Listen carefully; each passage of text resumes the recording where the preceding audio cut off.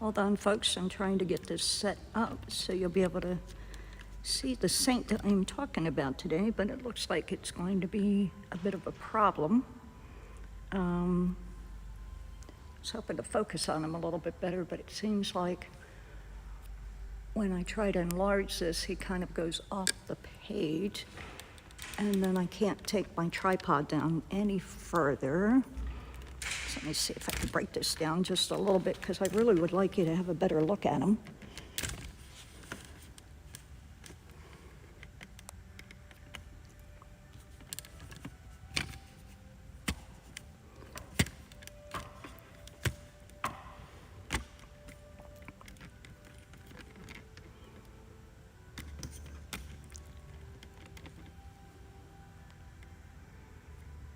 Oh, let's see if I could do this while holding it. Well, I'm not sure, but I'll give it a try today. So anyhow, good morning, everybody. It's Marcia, and today is Do You Know Who I Am? So we are talking about, if you haven't guessed it by looking at the animals, St. Francis. So St. Francis is the founder of the Franciscan order. He was born at Assisi in Umbria in 1181. In 1182, his father returned from a trip to France to find out his wife had given birth to a son. Far from being excited or apologetic because he'd been gone, he was furious because she had his new son baptized Giovanni after John the Baptist.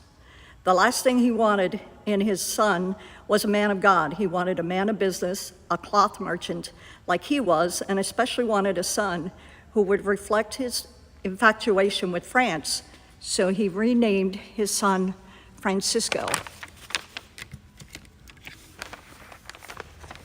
And I'm going to change hands here, so, all right. Francis enjoyed a very rich, easy life growing up because of his father's wealth and the permissiveness of the times. From the beginning, everyone, and I mean everyone, loved Francis. He was constantly happy, charming, and a born leader. If he was picky, people excused him. If he was ill, people took care of him. If he was so much of a dreamer he did poorly in school, no one minded. In many ways, he was too easy to like for his own good. No one tried to control him or teach him. Francis wanted to be a noble, a knight. Battle was the best place to win the glory and prestige he looked for.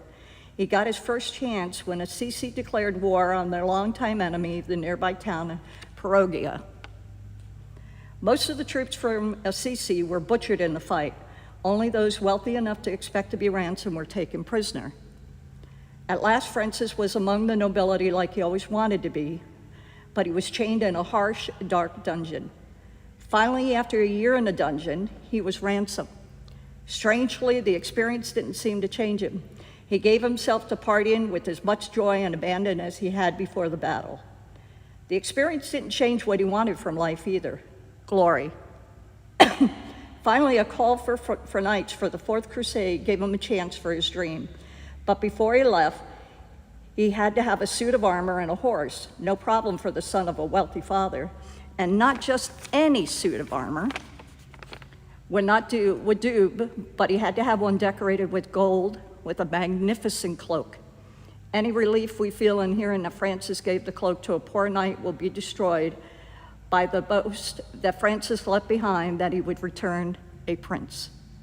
But Francis never got any further than one day's ride from Assisi. There he had a dream in which God told him he had it all wrong and told him to return home. And return home he did. What must have been like to return without ever having made it to battle, the boy who wanted nothing more than to be like was humiliated, laughed at, called a coward by the village, and raged at by his father for the money wasted on the armor. Francis' conversion didn't happen overnight.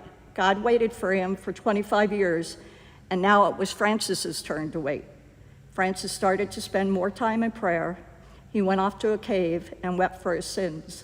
Sometimes God's grace overwhelmed him with joy, but life just couldn't stop for God. There was a business to run, customers to wait on. Years of poverty and wandering had made Francis ill. Francis never recovered from this illness. He died on October 4, 1226, at the age of 45. He is considered the founder of all Franciscan orders and the patron saint of ecologists and merchants. Pope Gregory IX canonized Francis on the 16th of July, 1228. Along with Saint Catherine of Siena, he was designated patron saint of Italy. He later became associated with patronage of animals and the natural environment, and it became customary for churches to hold ceremonies blessing animals on or near his feast day of October 4th. So I hope you enjoyed this, a little bit of information on Francis. Very interesting indeed to go from wanting all the glory to giving all the glory to God. I hope you have a great day. Thanks for joining me. We'll see you soon.